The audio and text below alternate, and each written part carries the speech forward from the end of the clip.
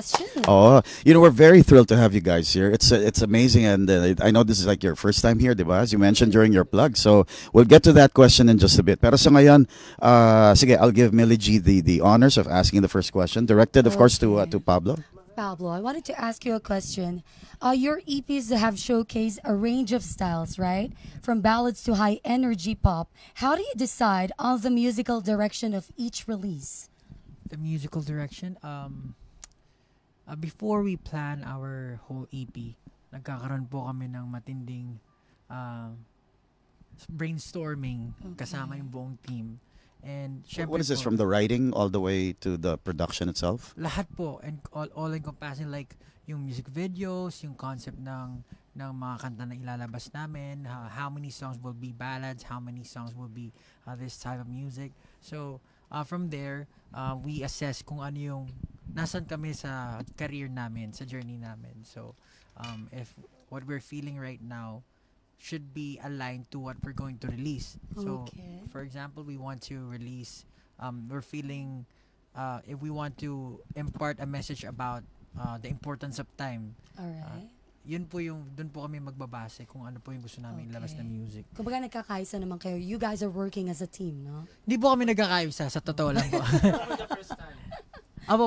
Madalas po maraming discussion, pero syempre po, in a team, kailangan merong compromisation, di ba? Okay. Kailangan for ano ba yung goal ng grupo, yun naman po palagi, hindi siya goal It ng has to artist. be a total collaboration Yes talaga, po, diba? yes po. Na everybody accepts. Yes Of po. course, okay. Yun, Diba, kaya po ganun? kaya po namin nabuo yung EP, nag-create kami. First time po namin maglabas ng rock song na galing po kay Ken. Excellent. So parang kumukuha po kami ng fragments of each member. Alright.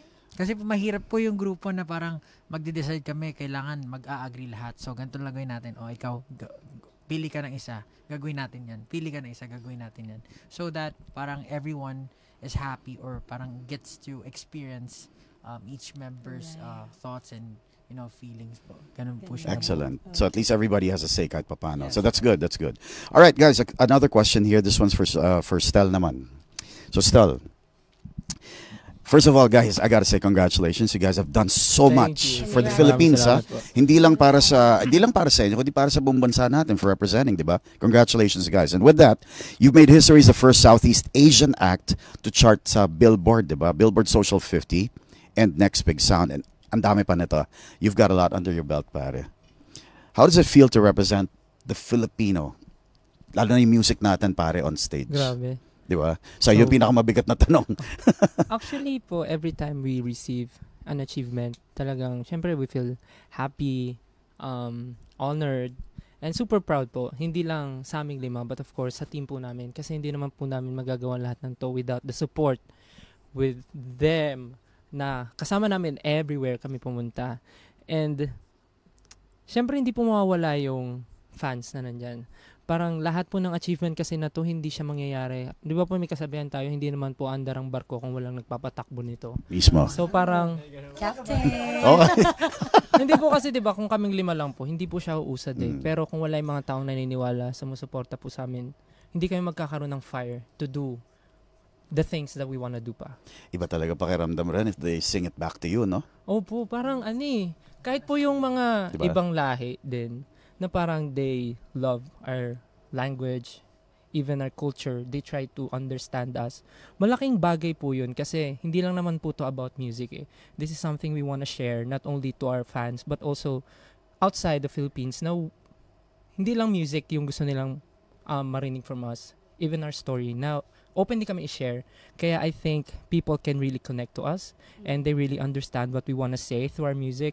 And I think we are not only representing Filipino music, also our culture and yung paniniwala namin na I think it's time that Filipinos really deserve the spotlight kasi we can really propel in every aspect kasi we're very talented and marami tayong alam gawin. At alam natin na kahit sa parte ng bansa, there's a lot of Filipino po talaga. Yes, and we've had already a lot of examples that you guys already know, syempre, in our history, di ba, na who have been world-renowned. Yes. And just like yourselves, congratulations na rin. Thank you. Galing. Thank you.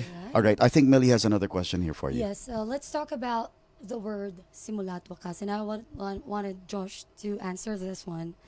So, because it means end and beginning, right? What story are you telling to this concert series? Bakit siya simula't wakas? Mahaba po ito eh. Meron pa ba tayo ano? Pero to Okay make it very parang short lang, siguro yung buong it started syempre with the idea of Pablo po with the trilogy. So from before po ano kasi siya nag-start po kami sa pagsibol. Okay. So germination and then pagtatag po yung pagsibol is ano nga bang ano natin doon question mark. Then Pagsibol? yes po pagsibol or paano po natin yan ano. Tapos yung exclamation mark is the next ano po para ginamit po namin for the symbol. Doon yun naman po yung pagtatag. It means parang syempre po pagtatag po talaga kung paano si SB19 kasi po noong una nagpapakilala po, then pangalawa po parang this is SB19.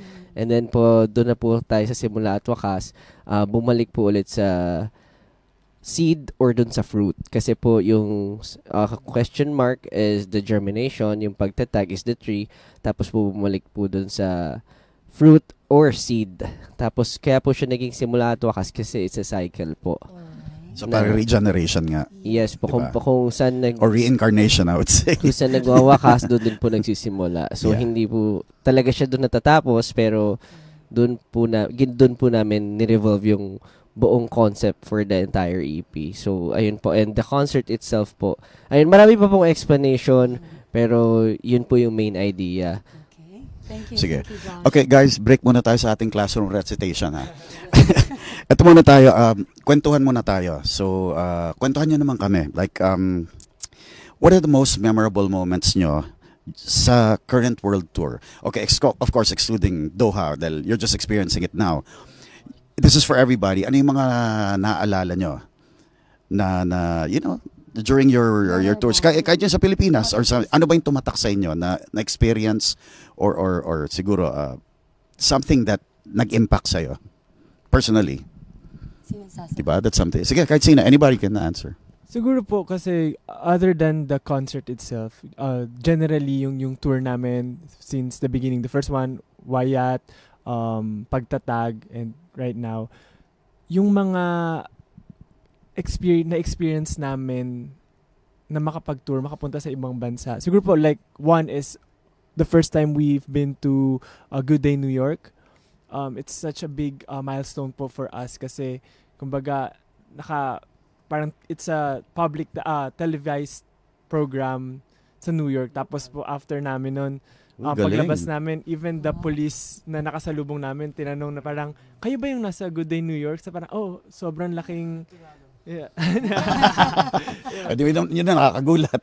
So parang ang laki ng nararating nung simpleng parang part lang siya nung tour namin, pero ang daming nangyayari, and also seeing good culture, yung environment, yung scenery ng ibang bansa, mas nakakadagdag siya ng inspiration na kaya natin tong parang ganito pala dito sa ibang bansa. It's sobrang ganda, and we know na parang soon sa Pilipinas, maging ganito rin siya, pupuntahan din siya ng maraming tao. Parang ganun po, nai-inspire kami seeing those things. So, ayun po, generally, yun, ibang yung view, yung experience namin other than the concert itself. Nice. Okay. Well, speaking of concerts, since concert na nila niyan tomorrow, what fans can expect from your performance tomorrow at the Qatar National Convention Center? Can you answer that? I think sa lahat po ng performance namin napanood na ng mga fans. And this time, kasi kung ano yung perform namin sa Philippines, yun lang din po yung dinala namin sa dinadala namin sa iba't ibang parte ng ng mundo. And there's not much there's not much changes pagdating sa performance namin. But what they can expect is 100% best na performance na ipapakita namin sa kanila every time. na mag-perform kami, and we will try to accommodate everyone as much as we can. Kasi mahirap kasi, for example, like yung fan service namin, medyo nahihirapan kami mag-accommodate sa lahat kasi madami, diba? But, you know, as much as we can, we'll really try to, you know, anuhin sila. Cater. Yeah. Right? Kasi, ano eh, ha? Malapitan man lang. Yun yung gusto namin gawin talaga. But, you know, for everyone's safety, minsan, ano kami, medyo, ano muna, kasi, mahirap eh. Kasi magtutulakan sa harap, ganun. So, may mga maiipit, ganun. So, yun yung gusto namin iwasan. So, Okay. Ayan, so, all right, yeah, guys, let's keep it light on this one. You know, Doha is known for its vibrant Filipino community, and laki na dito. I think we're about 250,000 more or less. Yeah, and growing. And you guys have, yan, ang camera natin. Our Facebook live fans are watching right now. So, any message, any special message that you guys want to send to our fans out there na nanonood ngayon? And also, invite everyone to Yeah, watch invite na tomorrow. rin. Yeah, invite them na rin. hello po sa inyong lahat dyan, sa lahat ng mga nanonood. Magandang araw po sa inyong lahat. And I hope that you guys are having a good time listening to us while we're discussing something or sa interview na to. I hope na nag-enjoy kayo. And, you know, sa mga pupunta po sa concert namin dito sa Qatar, National Convention Center, magkita-kita po tayong lahat and mag-enjoy po kayong lahat. That's tomorrow. Yeah, tomorrow 8 p.m. Yeah, Yeah. tsaka may mga tickets po na available sa lahat po ng gustong manood. Pwede po kayo mag-avail ng tickets. Sa saan dyan? Sa... Ayan, sa... Wait. Qtickets, wala na. qtickets.com. and Qtickets. Syria. Yeah. Thank you. Okay. Sige, brother, Thank you for that. would you like to invite them your way? Yes, syempre po tomorrow magkita-kita po tayo. Make sure po namin na magiging unforgettable po yung experience nyo. Syempre, especially sa mga kabayan natin dito na namimiss na ang Philippines at ang mga performances na ganito. I-make sure po namin na it's gonna be worth your time and syempre your efforts. Yun lang po. Maraming salamat syempre para sa mga 80 namin. Okay. Lastly, when can we just ask them to say you're listening to Kabayan Radio and Radio? Yeah. Pero wait, they might have some more messages. Sige, go ahead, bro. May message? Yeah, you have any more messages? Okay na kayo? All right. Yeah, Because they're gonna go somewhere after this. Yeah. Yeah, sa lahat po ng 18 na nanonood ngayon and also mga kabayan natin, sana po ay masuportahan nyo ang musika ng Pilipino. You could listen to SB19. Puntahan nyo lang po ang mga social media accounts namin, SB19 Official or Official SB19. At syempre po, yun nga, bukas na ang concert namin here sa Qatar. And hindi lang yan dyan natatapos ang simula at wakas kasi meron pa po kaming Bangkok and Oceana Leg. Sana po ay mabisita nyo rin ang aming social media for that. Alright. Thank you. Also, by the way, later, why don't you tell them to for the press we're the press inviting you con? guys to come over din sa may Mall of Qatar for 7 p.m. para sa ating press con. Magmamalling kami. Nila pa. Okay, thank you, Ayan. SB19. SB19, thank you so much. You know, your collaborations also with the other artists are just amazing. Congratulations. Keep on doing what you're doing, pare, and good luck, man. I mean, we wish you all the best. We'll see you Nakasuporta kami later. lahat sa inyo. Say Kabayan Radio 94.3. Bye. All right. Yeah, Kabayan Radio 94.3. You're listening to Kabayan Radio 94.3. 1, 2, 3. Kabayan Radio.